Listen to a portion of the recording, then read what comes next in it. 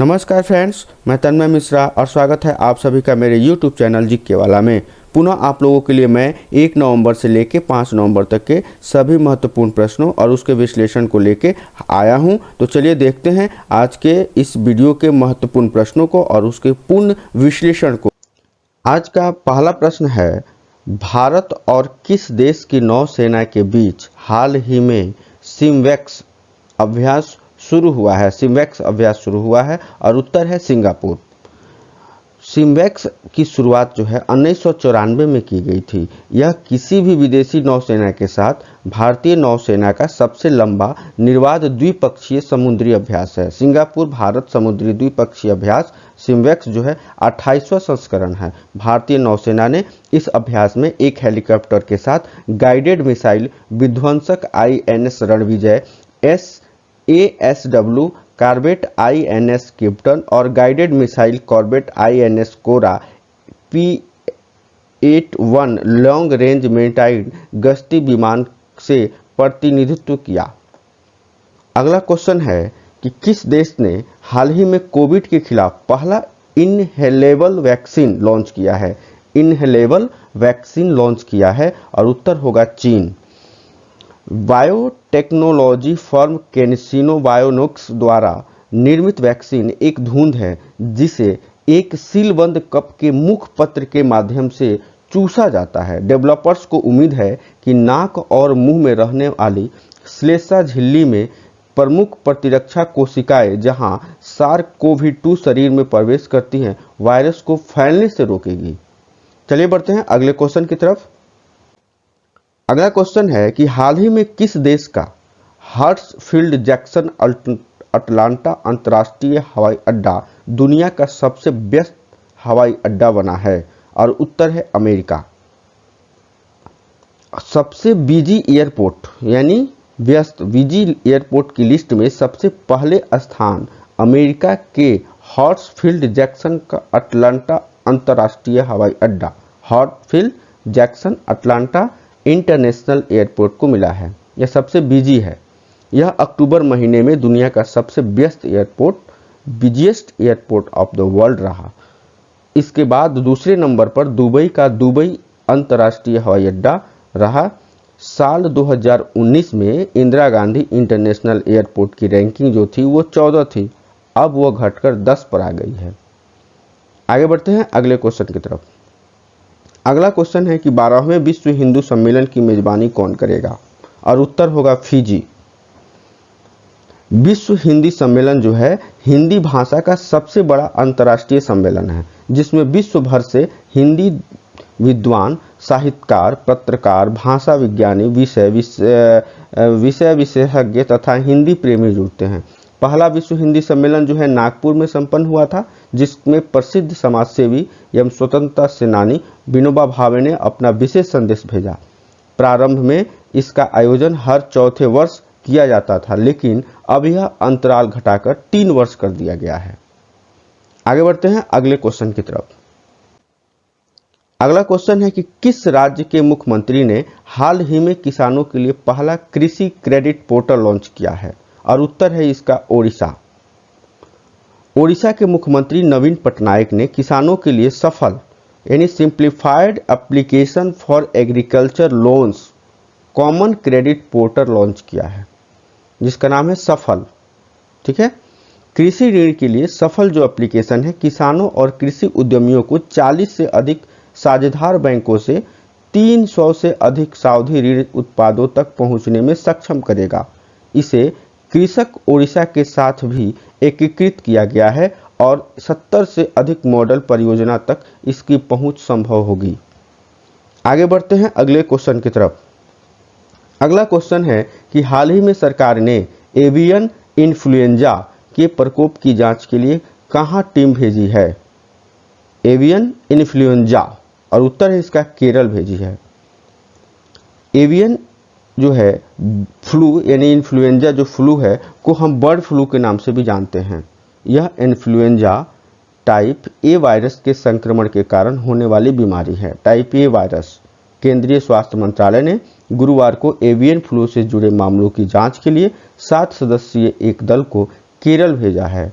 यह पक्षियों मुर्गे में होने वाला संक्रमण है जिसके माध्यम से यह इंसानों में संक्रमण का कारण बनता है। आगे बढ़ते हैं अगले क्वेश्चन की तरफ। अगला क्वेश्चन है कि नासा के ड्रैगन फ्लाई प्रोजेक्ट को हाल ही में किस ग्रह पर खोज करने के लिए लॉन्च किया गया है। ड्रैगन फ्लाई प्रोजेक्ट, और उत्तर होगा शनि ग्रह। मंगल ग्रह पर हेलीकॉप्टर उड़ाने के बाद अब नासा शनि ग्रह के चंद्रमा टाइटन पर हेलीकॉप्टर उड़ाने की तैयारी कर रहा है। इसका नाम है टाइटन ड्रैगन फ्लाई, यानी NASA Titan dragon fly. NASA साल 2027 में ड्रैगन फ्लाई को शनि ग्रह के लिए लॉन्च करेगा।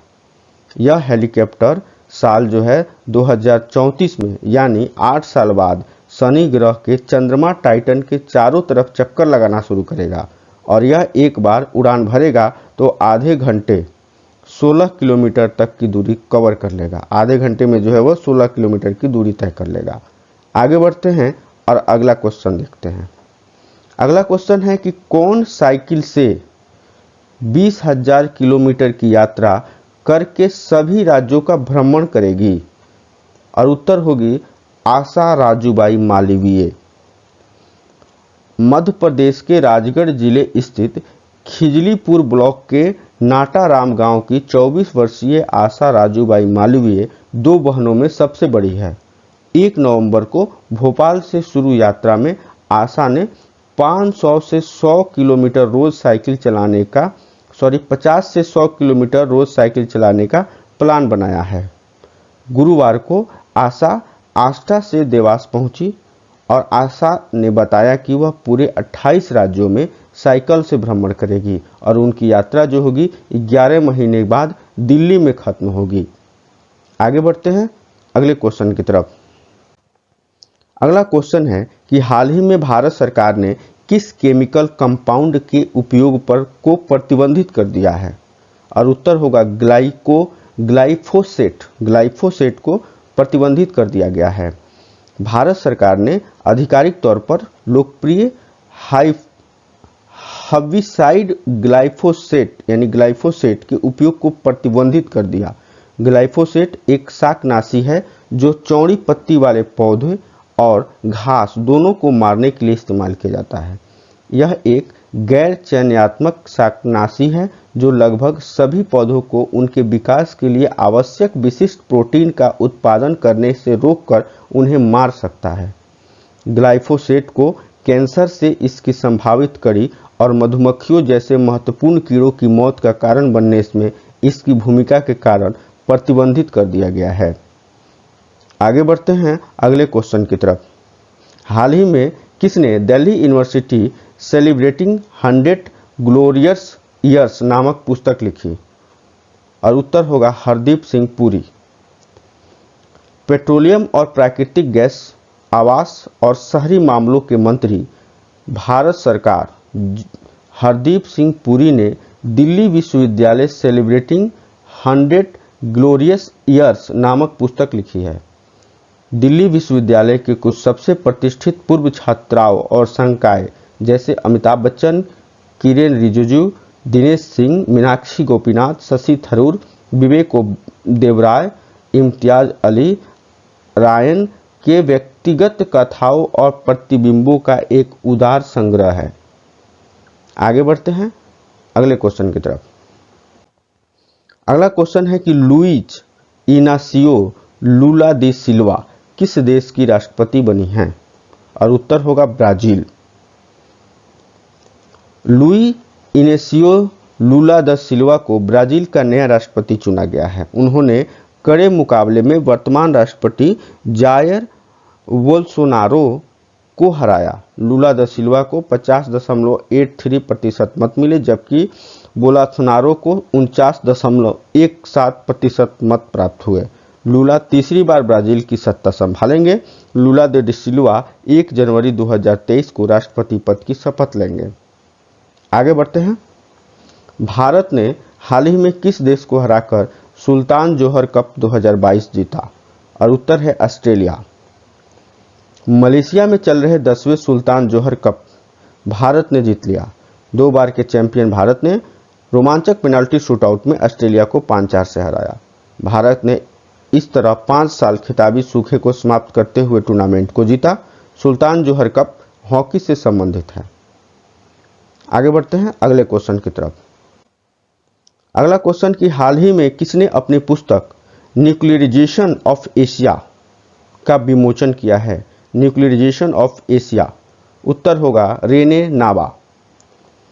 फ्रांसीसी लेखक रेने नाबा ने फ्रेंच और अंग्रेजी दोनों में एक नई द्विभाषी पुस्तक लिखी है जिसका शीर्षक है दे ला न्यूक्लियराइजेशन डे एलसी, यानी एशिया का परमाणुकरण, जिसको हम न्यूक्लियराइजेशन ऑफ एशिया भी बोलते हैं।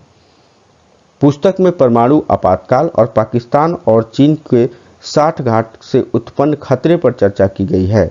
रेने नाबा एएफसी की राजनीतिक सेवा में अरब मुस्लिम दुनिया के पूर्व प्रमुख और आतंकवाद के खिलाफ लड़ाई लड़ने के लिए अंतर्राष्ट्रीय केंद्र के उपाध्यक्ष हैं। आगे बढ़ते हैं।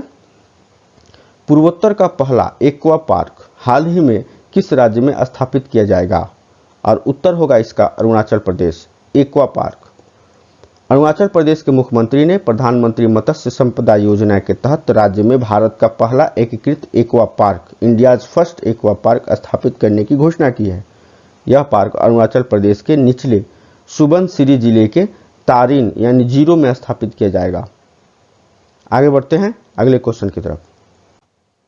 अगला क्वेश्चन है कि हाल ही में किस राज्य की लक्ष्मी भंडार योजना को स्कॉच पुरस्कार मिला है? लक्ष्मी भंडार योजना को स्कॉच पुरस्कार मिला है और उत्तर है इसका पश्चिम बंगाल। पश्चिम बंगाल को लक्ष्मी भंडार योजना के लिए महिला एवं बाल विकास श्रेणी में प्रतिष्ठित स्कॉच पुरस्कार मिला है।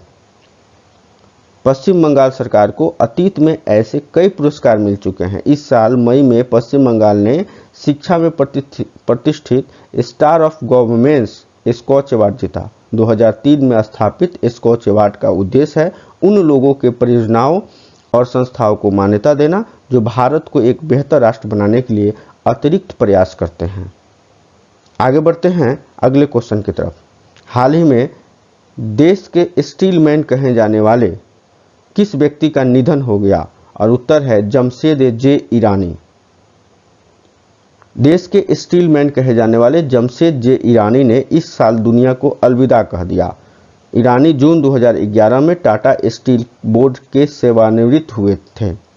गौर करने वाली बात है कि जमशेद ईरानी ने अपने प्रोफेशनल करियर की शुरुआत जो है British iron and steel research association के साथ 1963 में की और वह 1968 में भारत लौटे और Tata iron and steel company की स्थापना की, जिसे आज हम टाटा स्टील के नाम से जानते हैं। आगे बढ़ते हैं अगले क्वेश्चन की तरफ। अगला क्वेश्चन है कि किस कंपनी ने हाल ही में एएल अवतार स्टार्टअप अल्टर का अधिग्रहण किया है? और उत्तर होगा गूगल ने। गूगल ने अवतार की दुनिया में एक कदम और आगे बढ़ाया है। दिग्गज टेक कंपनी ने आर्टिफिशियल इंटेलिजेंस, जिसको एआई बोलते हैं, बेस्ट अवतार स्टार्टअप अल्टर को खरीद लिया है। आपको बता दें कि अल्टर सोशल मीडिया यूजर्स को अपनी वर्चुअल पहचान बनाने के लिए एआई के जरिए अवतार बनाने की सुविधा देता है। आगे बढ़ते हैं। किस देश ने समलैंगिक कपल के लिए हाल ही में एक साझेदारी प्रमाण पत्र योजना शुरू की है समलैंगिक कपल के लिए? और उत्तर होगा जापान। जापान के टोक्यो में समलैंगिक जोड़ों को बड़ा तोहफा दिया गया है। सरकार ने समलैंगिक जोड़ों के लिए एक साझेदारी प्रमाण पत्र योजना शुरू कर दी है, जिसे उन्हें पहली बार कुछ सार्वजनिक सेवाओं के लिए विवाहित जोड़ों के रूप में माना जा सकता है। जापान विकसित देशों के समूह G7 का इकलौता सदस्य देश है जहां समलैंगिक विवाह गैर कानूनी था। आगे बढ़ते हैं अगले क्वेश्चन के लिए।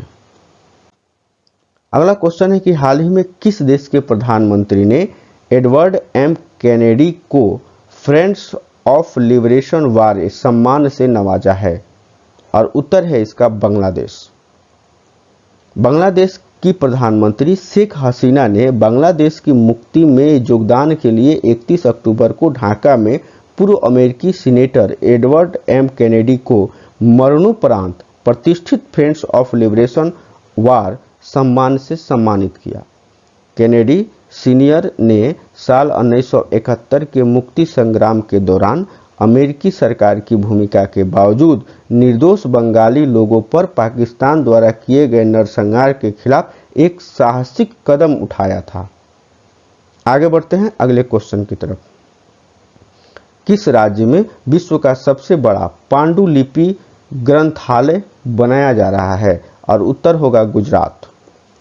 गुजरात में शंखेश्वर के त्रुटि तीर्थ प्राच्य विद्यापीठ में मानविकी, व्याकरण, विज्ञान, धर्म, संस्कृति, अध्यात्म आदि विषयों से जुड़ी प्राचीन पांडुलिपियों के संकलन और संरक्षण का कार्य किया जा रहा है।